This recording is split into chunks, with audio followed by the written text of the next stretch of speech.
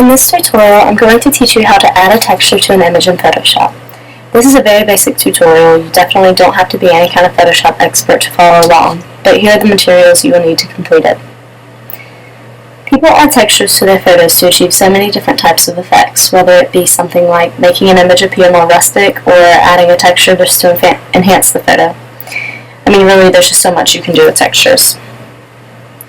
Okay, so what I'm going to do today is apply a wooden background texture to this little guy I designed for a previous class project. You can see how the added texture gives just overall a different vibe opposed to the original one. So we're going to start by creating a new document, going to File, New, and we are going to title it Textured Man. This just helps you stay organized by naming it right when you create it. Change the resolution to 340 pixels by 340.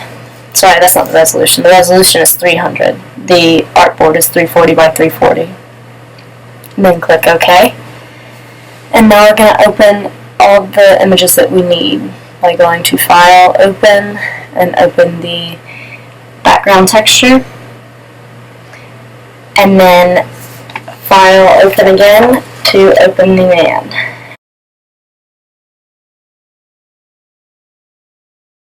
In order to get these images you just opened into the Textured Man file, you're going to click and drag them there. You need to make sure you have your Move tool selected in order to do this. So I'm going to click and drag the Textured Man file I created, and it will pop open in the new file so I can just drop it in. And you will notice you can move it around and position it where you want it. So I'm going to do the same click and drag method with the original man design, and when I get it where I want it to go, I'm going to go into the Layers tab and click on the right drop-down arrow and duplicate this layer. And a pop-up will come up, and I'm just going to click OK. So with the second layer, I'm going to click and drag that down under my wooden layer. What I'm going to do next is create a clipping mask, so I need to make sure I'm on layer 1 and select it, hold down the control key, right click, and then hit Create Clipping Mask. You're going to notice the wooden background seems to completely disappear. That's normal.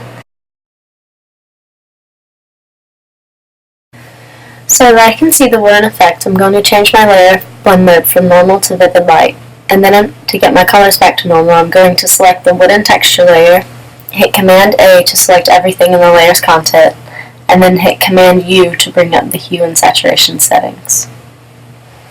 And we're going to move the saturation slider all the way to the left, and that's -100, and you can see that that's going to remove the color from the background. Now I'm going to lighten my image a little bit by moving the lightness slider to 15, and then click OK. I still want the wood effect to come through more, so I'm going to make sure I have the top layer selected before taking my fill from 100% down to 65.